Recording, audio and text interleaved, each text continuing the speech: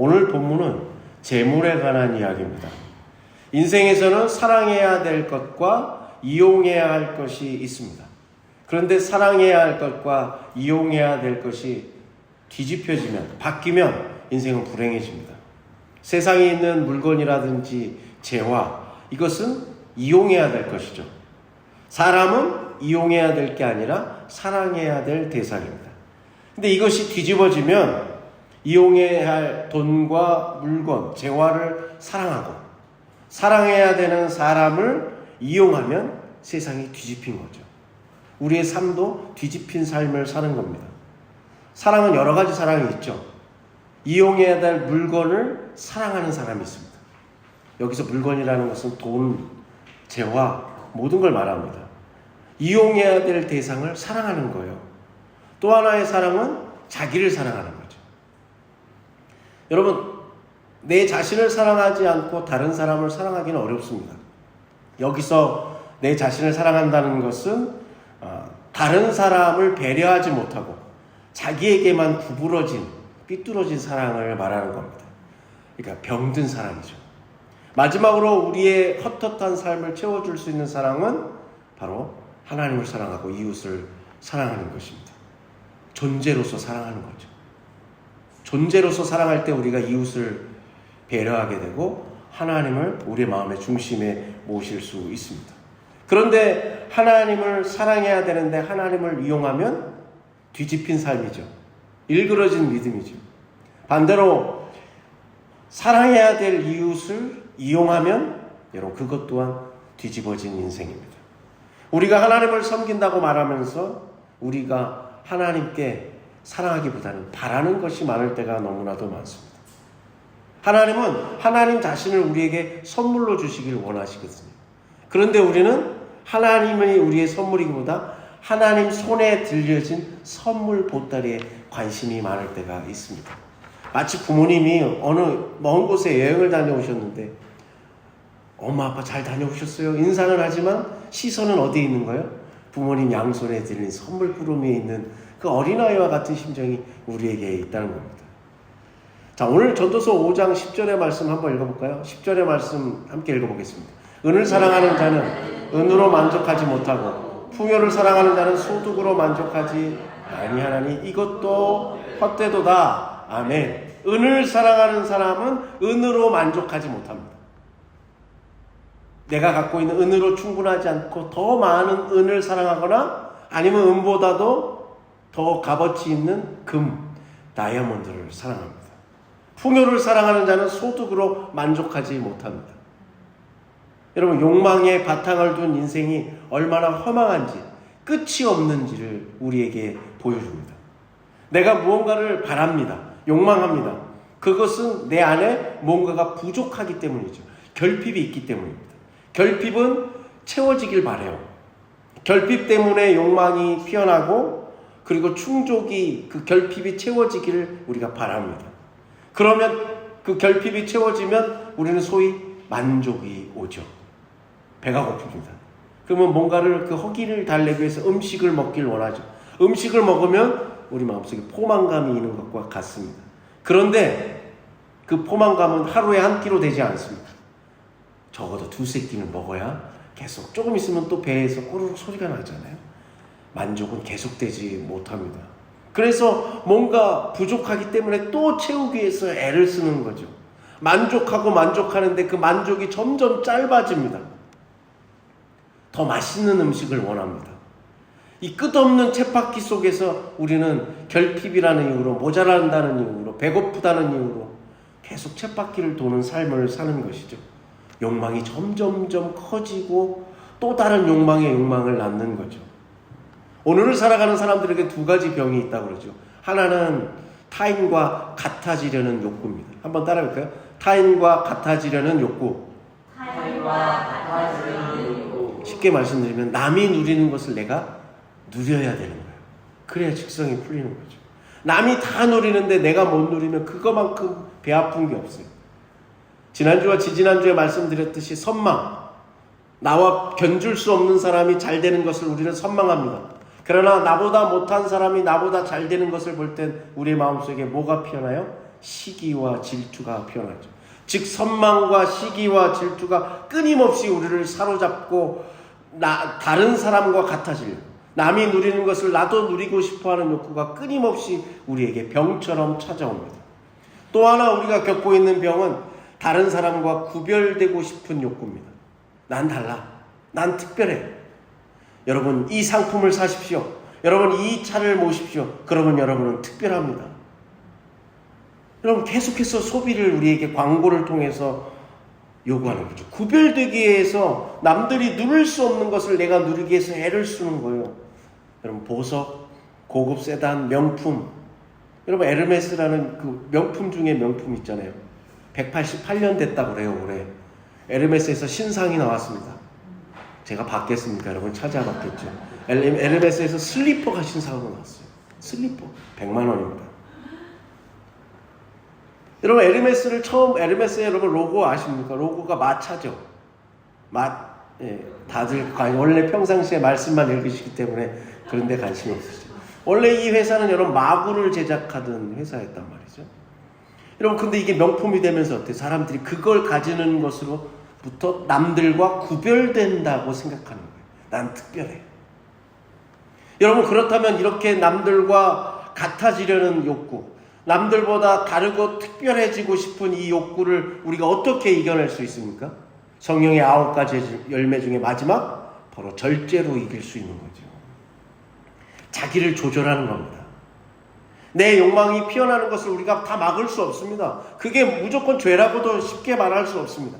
내가 일어나는 욕망 앞에서 뭐라는 거야? 그래 이만큼이면 충분해. 내 스스로에게 얘기하는 거야. 내가 100만 원짜리 슬리퍼 안 신어도 이걸로 충분해. 올여름 이걸로 충분히 날 수 있어. 내가 뭔가를 더 하고 싶지만 욕망을 내려놓는 연습을 하는 겁니다. 뭘 통해서요? 하나님의 말씀을 통해서. 하나님 앞에 기도함을 통해서. 여러분 이게 중요한 거죠. 10절의 말씀이 우리에게 그렇지 않은 이 세상의 욕구를 뭔가 결핍된 것을 끊임없이 채워가려는 그 쳇바퀴와 같은 회로 속에 갇히면 우리의 삶을 불행해진다. 여러분 솔로몬 있지 않습니까? 5장 11절 말씀 한번 보실까요? 전도서 5장 11절.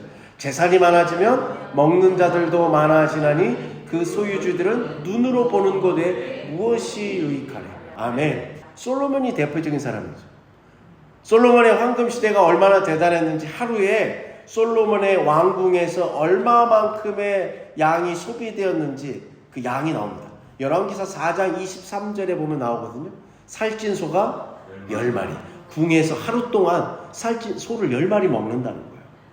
초장의 소가 20마리요. 양이 도대체 얼만큼 먹는 겁니까? 그 외에 숫사슴과 노루와 암사슴과 살찐 새까지. 새는 디저트로 먹는지 모르겠습니다. 여러분 궁중에서 하루 동안 이만큼을 소비하는데 중요한 건 뭐예요? 왕이 농사를 짓습니까? 신하들이 여러분 사냥을 나갑니까? 아니요. 왕과 왕 주변의 이 신하들을 부양하기 위해서 궁중에 사는 이 사람들의 하루에 먹을 것을 위해서 수많은 사람들이 노고를 아끼지 않는다는 거예요. 성경에 이걸 기록했다는 거예요. 솔로몬의 시대가 이만큼 풍요로웠다는 것만 보여주는 게 아니지만 반대로 여기에 얼마나 수많은 사람들의 피눈물이 있는지를 성경이 우리에게 보여주는 거죠. 그럼 전도서 5장 12절의 말씀도 이어서 한번 읽어볼까요? 5장 12절입니다. 노동자는 먹는 것이 많든지 적든지 잠을 달게 자거니와 부자는 그 부요함 때문에 자지 못하느니라. 아멘. 옛날에 유대인들은 부요함은 하나님의 축복이라고 선물이라고 생각했습니다. 이 말씀에서는 그 부요함이 축복이 아니라 선물이 아니라 약간은 부정적인 의미죠. 전도자가 세상을 헤아려서 면밀히 보고 자세히 보고 눈여겨보니까 그 부요함에 이면이 있더라는 거예요. 뭔가를 꿰뚫어 보니까요. 하나님이 사랑하는 사람들에게 하나님은 쓸 것을 날마다 일용할 것을 공급해 주십니다. 여러분 믿으십니까? 그런데 그것이 도가 넘는 순간 부요함, 하나님의 선물이라고 믿고 있던 그 부가 우리의 삶을 사로잡는 순간 사람은 오히려 더 외로워지더라는 거예요. 사람은 점점 하나님과 멀어지면서 하나님이 싫어하시는 죄의 길을 걷기 쉽게 된다는 거죠. 전도자가 오늘 그걸 얘기하는 겁니다. 그러면서 뭐하고 뭐를 비교해요? 노동자가 자는 단잠과 부자가 이리 뒤척이고 저리 뒤척이면서 불안해하면서 잠을 설치는 것을 비교하면서 우리에게 보여줘요. 여러분, 부자가 왜 잠을 설칩니까? 지켜야 될 게, 손에 쥐고 있는 게 너무나도 많기 때문에 밤새 고민하는 거예요. 누가 훔치려 오면 어떡하지? 이걸 내가 잘 보유하고 있나? 담은 충분히 높은가? 내 금고는 철저한가? 지켜야 할 것이 없는 사람은 여러분 자유로워요. 자유롭습니다. 우리의 삶이 복잡해지는 까닭은 뭐예요? 우리가 지켜야 될 것이 너무나도 많기 때문이 아니겠습니까? 예수님께서 제자들을 각 마을에 전도 여행을 보내십니다. 그때 예수님이 당부하신 말씀이 있어요. 누가복음 10장 4절에 나오거든요.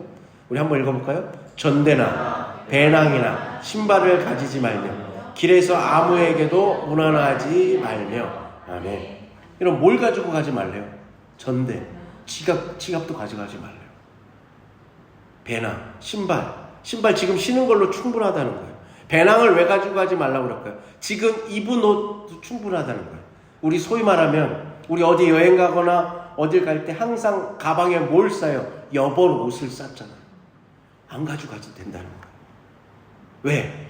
혹여나 여러분, 이 여벌의 옷, 여벌의 신발, 여비, 내 지갑에 예비비가 있으면 절박함이 사라지기 때문이라는 거예요. 가진 것이 많아질수록 우리는 절박함을 잃어버립니다. 가진 것이 많아질수록 앞서 잠을 이리 설치고 저리 설치는 부자처럼 단잠을 잘 수 없어요. 자유롭지 못합니다. 거기에 매이기 시작해요. 그래서 예수님이 당부하시는 거예요. 반대로 얘기하면 여러분, 오늘 이 시대에 주님의 교회가 부자이면 어떻게 되는 거예요? 그 순간 이 부에 매이기 시작하는 거예요. 복음의 자유를 누리기 힘들어지는 거예요. 왜? 몸집이 커졌기 때문에. 자, 오늘 보면 13절의 말씀, 전도서 5장 13절 이어서 읽어보겠습니다. 내가 해안에서 큰 패단되는 일이 있는 것을 보았나니 곧 소유주가 재물을 자기에게 해가 되도록 소유하는 것이라. 아멘. 재물이 해가 되도록 소유한다는 게 뭘까요? 아끼던 재물이 다른 사람에게 넘어간다는 거예요. 그럼 우리가 얼마나 많은 재산을 모으고 아끼고 그것을 움켜쥐기 위해서 애를 써요. 그런데 내가 한 번도 모아놓기만 하고 쌓아놓기만 하고 쓰지도 못하고 남들이 그걸 사용한다는 거예요. 그런 불행이 어디 있어요? 예를 들면 뭐예요? 부모님이 돌아가셨는데 부모의 유산을 놓고 형제들끼리 다투는 거예요. 부모와 자식들끼리 이런 지분을 놓고 다투는 거예요. 돈으로 인해서 망가져 버리는 거예요. 그러면 여러분, 예전에 우리 집에서 반찬 하나 만들면 나눠 먹었던 옆집 사람과 그 돈 때문에 하루아침에 어떻게 되는 거예요? 왼수가 되는 거죠. 여러분, 이런 일들을 우리가 종종 보지 않습니까? 돈이 많아지니까 이웃과 사람을 잃어버리게 된다는 겁니다. 돈이 많아져서 우리의 마음속에 평안함이 사라진다는 표현입니다. 자, 14절의 말씀도 이어서 읽어보겠습니다. 그 재물이 재난을 당할 때 없어지나니 비록 아들은 낳았으나 그 손에 아무것도 없느니라. 아멘. 재물은 재난을 당할 때 속수무책이고 후손에게 물려줄 게 없다는 뜻입니다. 예수님께서 재물이 사람에게 얼마나 나쁘게 작동하는지를 알았기 때문에 예수님이 하신 말씀이 있어요. 다시 말씀드려요. 재물 자체가 나쁜 게 아니라 재물에 사람이 사로잡히는 순간 그 재물에 사로잡힌 사람이 어떻게 망가지는지를 예수님이 아셨기 때문에 사람에게 하신 말씀이 있어요. 마태복음 6장 24절입니다. 한 사람이 두 주인을 섬기지 못할 것이니 혹 이를 미워하고 저를 사랑하거나 혹 이를 중히 여기고 저를 경히 여김이라. 너희가 하나님과 재물을 겸하여 섬기지 못하느니라. 아멘. 여러분, 재물이라는 것에 제가 밑줄 쳐놨잖아요. 재물은 다른 말로 맘몬입니다. 한번 따라해볼까요? 맘몬. 맘몬은 여러분 사람을 재물로 받는 이방신이었어요. 우상이 뭐예요? 우리의 마음속에 하나님이 계셔야 될 곳에 하나님이 계시지 않고 여러분 그 자리를 꿰차고 있는 모든 것이 우상이죠. 어떤 사람에게는 돈이 우상일 수 있고요. 어떤 사람에게는 성공과 출세가 우상일 수 있고요. 어떤 사람에게 심지어 자녀가 우상일 수도 있습니다. 여러분, 내 마음의 가치관의 핵심, 내 행동과 말이 나오는 그 핵심의 원리에 하나님과 하나님의 말씀이 있어야 되는데 하나님 안에 다른 것이 그 자리를 꿰차고 있는 것이 바로 우상이라는 거예요. 여러분, 돈의 속성, 최근에 베스트셀러 중에서도 그 동일한 책 제목이 있습니다만 돈의 속성이 뭡니까? 돈은 수단이죠. 근데 수단으로 만족하지 못하고 돈이 하나님의 자리를 차지하고 만다는 거예요. 왜? 돈은 계속해서 최고의 자리로 가요. 여러분, 돈이 더럽다고 해서 그 돈을 버립니까? 버리지 않습니다. 우리가 그만큼 돈을 귀하게 여겨요. 그래서 우상이 되는 거예요. 예수님이 이것을 꿰뚫어 보시기 때문에 재물을 만몬이라고 하는 거예요. 만몬이 뭐라고요? 사람을 재물로 바치는 신이라고 그러죠. 사람보다 재물이 귀해지는 거예요. 여러분, 하나님을 섬기는 사람이 만몬을 섬기면 안 된다는 거예요.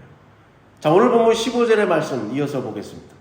함께 읽어볼까요? 그가 모태에서 벌거벗고 나왔은즉 그가 나온 대로 돌아가고 수고하여 얻은 것을 아무것도 자기 손에 가지고 가지 못하리니. 아멘. 타타타 노래처럼, 여러분, 타타타라는 노래 있잖아요. 벌거벗고 이 세상에 태어나면 다시 옷 한 벌 거쳤다가 다시 벌거벗은 몸으로 돌아가는 게 우리의 인생이잖아요. 그래도 가족들이 예의상 수의 입혀주잖아요. 얼마나 감사해요. 욥도 나중에 보면, 여러분, 욥기 1장 22절에 보면, 21절에 보면 내가 모태에서 알몸으로 나왔은즉 또 알몸으로 그곳에 돌아간다고 욥도 고백을 합니다. 여러분, 우리가 세상에 아무것도 가지고 온 게 없어요.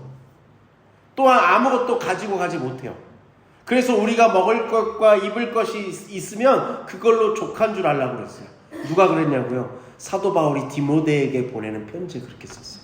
디모데전서 6장 7절과 8절의 말씀 한번 볼게요. 우리가 세상에 아무것도 가지고 온 것이 없음에 또한 아무것도 가지고 가지 못하리니 우리가 먹을 것과 입을 것이 있은즉 족한 줄로 알 것이니라. 아멘. 여러분, 우리가 족하지 않을 게 없죠. 저 오늘 입을 거 있습니다, 여러분. 이거 갈아입을 것도 있어요. 여러분, 오늘 우리가 예배 끝나면 함께 음식을 나눌 것도 있어요. 그러면 여러분, 디모데전서의 말씀대로 하면 우리가 어때요? 이걸로도 감사할 수 있는 거예요. 6월 한 달 우리가 나누는 기도의 제목처럼 당연한 것이 아니라 특별해지는 감사의 은혜가 우리의 삶 가운데 있을 줄로 간절히 믿습니다. 아멘. 여러분, 근데 우리는 어때요? 만족을 못해요. 앞서 말씀드린 대로 이용해야 될 것을 사랑하고 사랑해야 될 걸 이용해요. 뒤집어진 인생을 살아요. 호랑이는 죽어서 가죽을 남기고 사람은 죽어서 이름을 남긴다고 그랬습니다.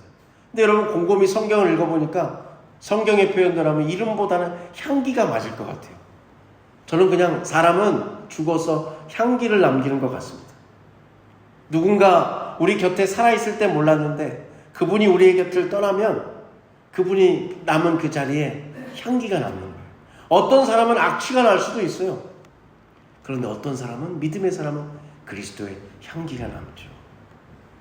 여러분, 우리가 없는 그 자리, 내가 떠난 그 자리, 내가 부재한 그 자리에 악취가 남아있을지, 아니면 내가 떠난 그 자리에 향기가 남아있을지는 우리의 삶의 하루하루가 여러분 그것을 남기게 되겠죠.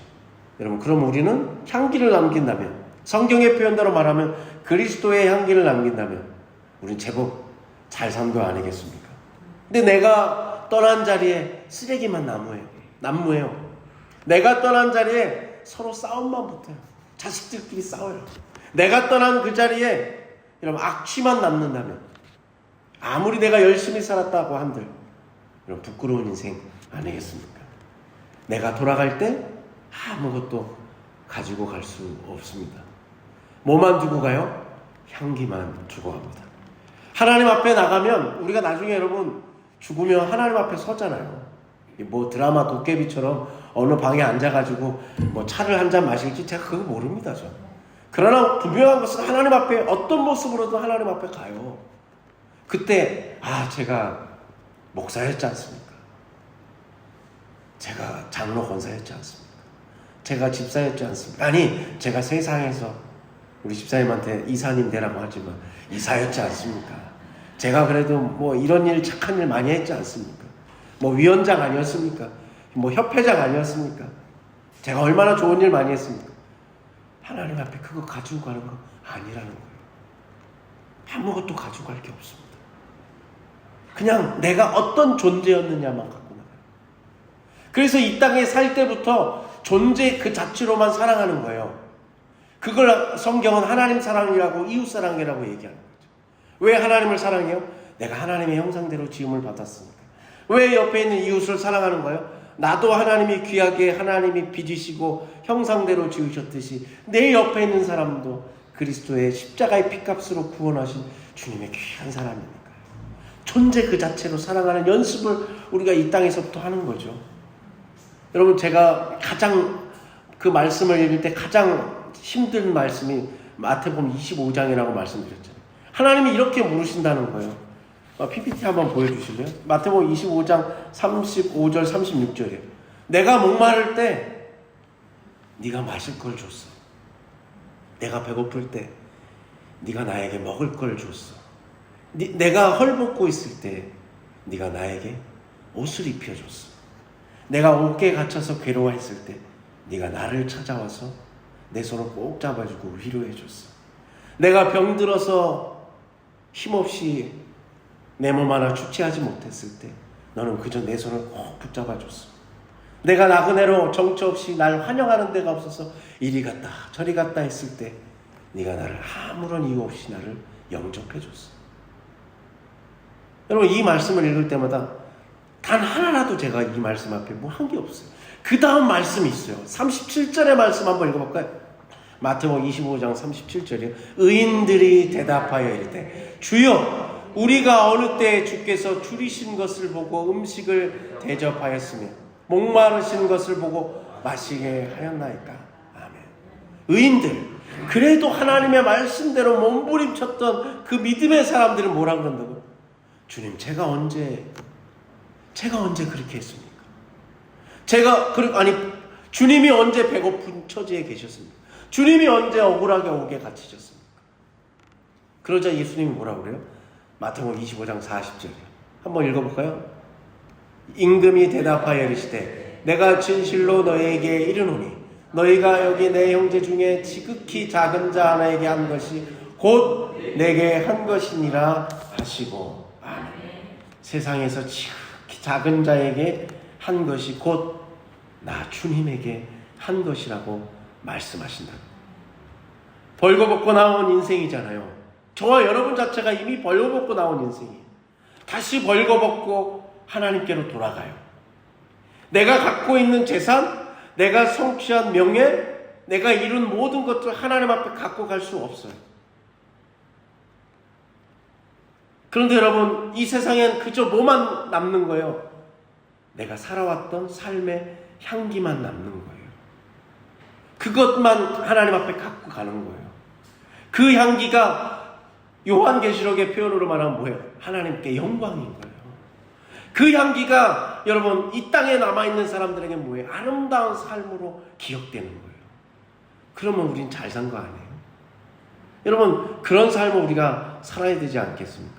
전도서의 말씀을 쭉 읽으면서 헛되고 헛되니 모든 것이 헛되고 뭐가 도대체 헛되다는 거예요?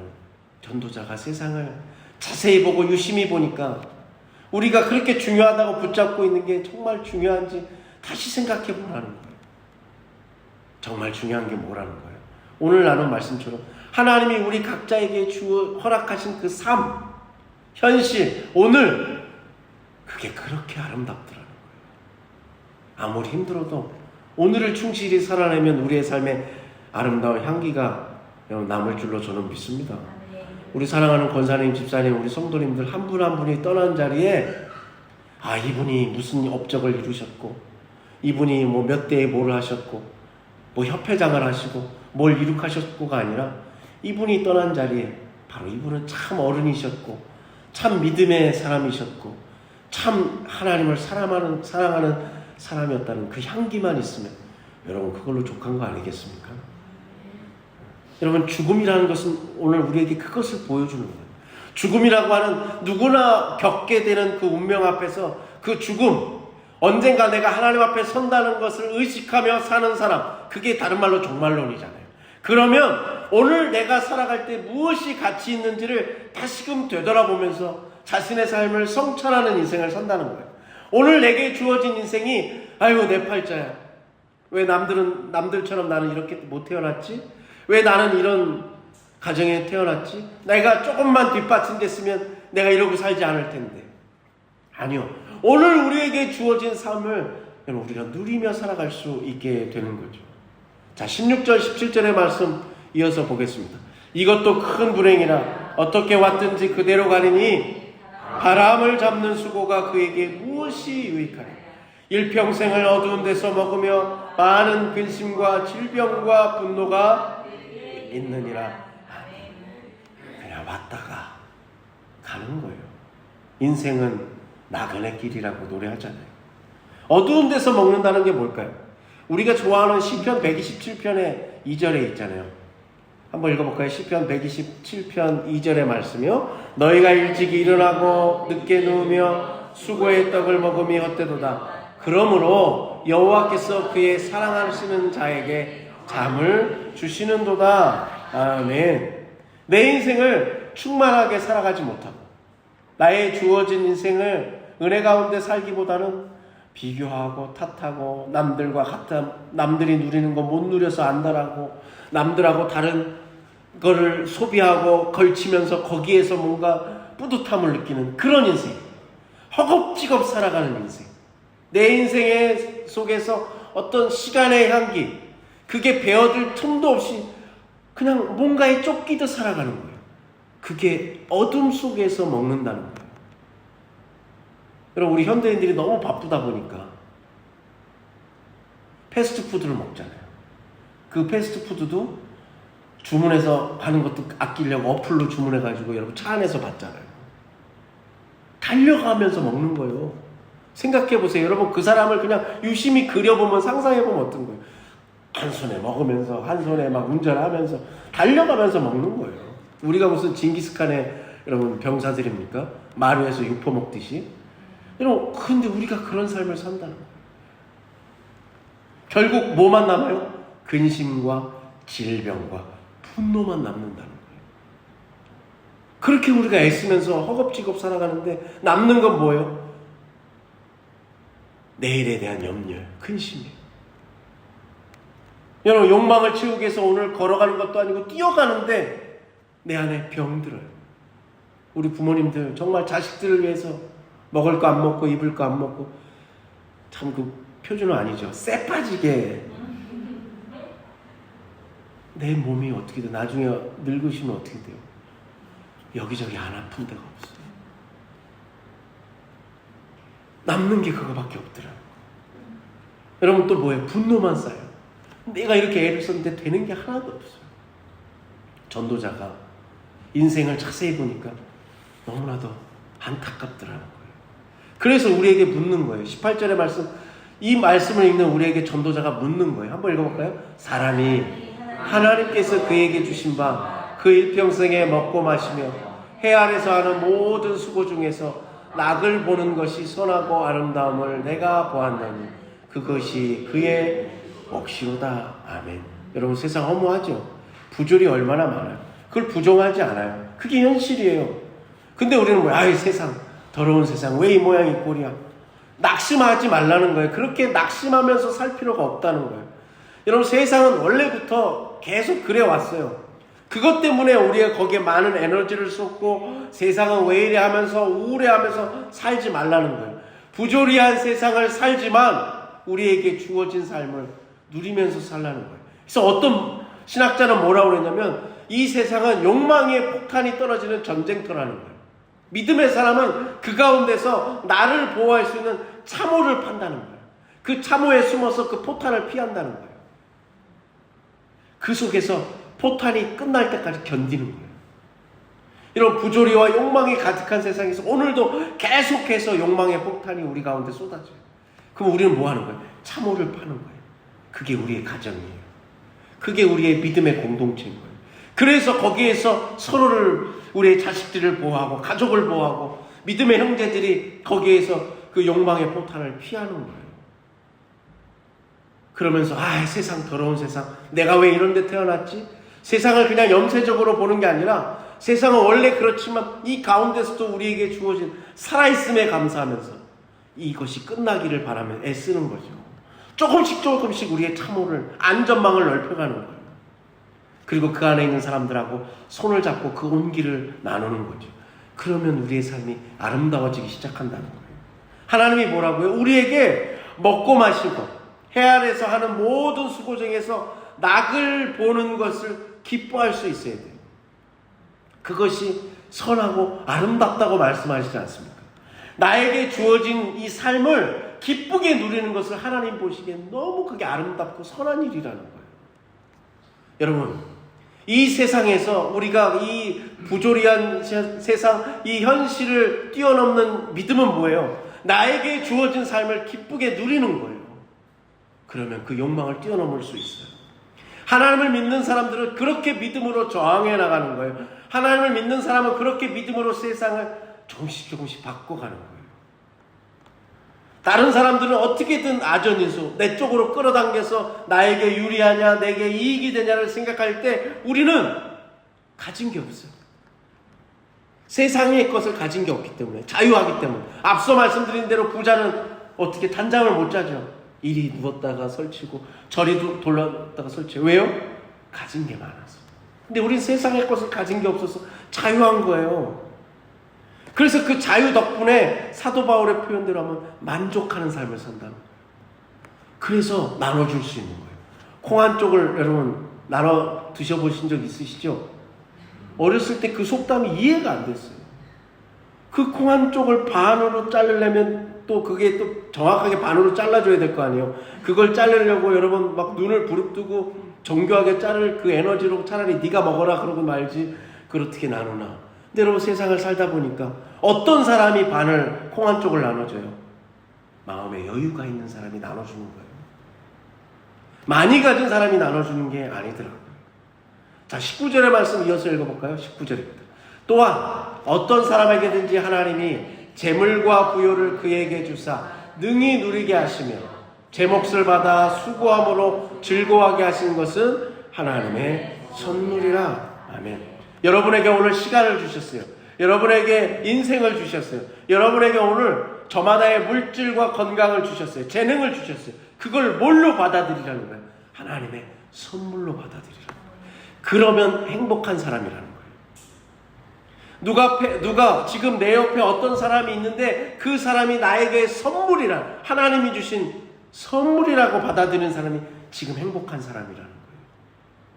여러분, 지금 내 옆에 있는 사람이 하나님께서 오늘 나에게 주신 선물인 줄로 믿습니다. 여러분, 그걸 고백하고 살면 우리의 삶이 세상에 줄 수 없는 부요함을 누리게 된다는 거예요. 자, 20절의 말씀은 세번역 성경으로 읽으면 훨씬 더 이해하기 쉽습니다. 마지막 20절의 말씀 한번 읽어볼까요?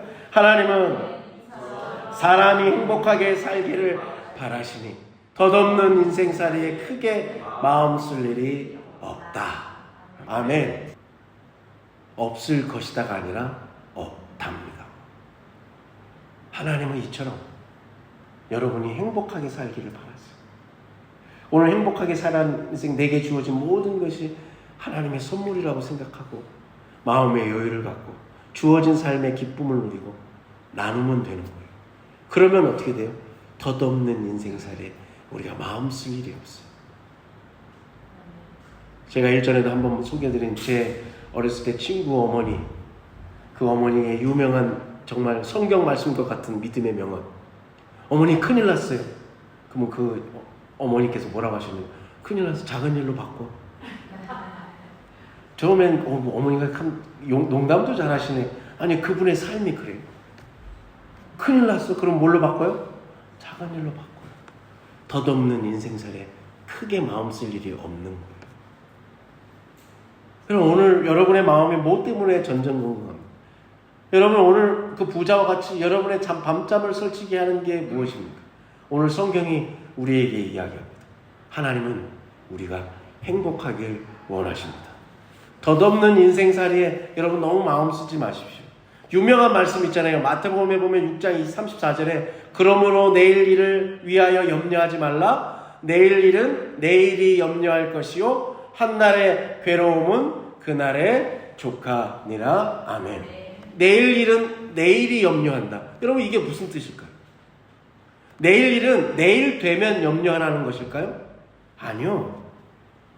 내일은 내일이 염려한다는 거예요. 내가 내일 되면 염려하는 게 아니라 내일이 염려할 거예요. 너는 염려하지 말라는 거예요. 다시 말씀드려요. 여러분 내일 염려할 것은 내일이 염려한다고 하잖아요. 염려를 누가 하는 거예요? 주어가. 내일이 하는 거예요. 내일에 내가 염려하는 게 아니라 내일이 하는 거예요. 내가 염려할 게 아니라는 거예요. 애시당초. 그러니까 오늘 주어진 삶에 행복을 누리면서 살라는 거예요. 충만하게 살라는 거예요. 걱정이 네 마음속에 네 마음을 지배하지 못하게 하라는 거예요. 새가 내 머리에 둥지를 틀지 못하게 하려는 거예요. 세상의 물질에 사로잡혀서 불행한 인생을 살지 말라는 거예요. 여러분 물질 때문에 그러면 뭐 아무것도 염려하지 말고 그냥 한량처럼 살라는 거예요? 아니요. 애는 쓰되 내가 할 수 있을 만큼은 하되 나머지는 맡기라는 거예요. 물질을 의지하는 것보다 더 그리스도를 의지하라는 것이죠. 우리는 여러분 믿음의 사람들이죠. 주어진 모든 것, 그게 내 옆에 있는 사람이든 여러분 나에게 건강이든 물질이든 모든 것은 다 하나님의 선물입니다. 그러면 여러분 행복하게 사실 수 있습니다. 여러분이 행복한 걸 누가 가장 기뻐하세요? 하나님이 기뻐하십니다. 여러분 이 낙을 누리며 사는 이 보람 있는 인생을 사시는 이번 한 주간이 되시기를 간절히 축복합니다. 우리 기도하겠습니다.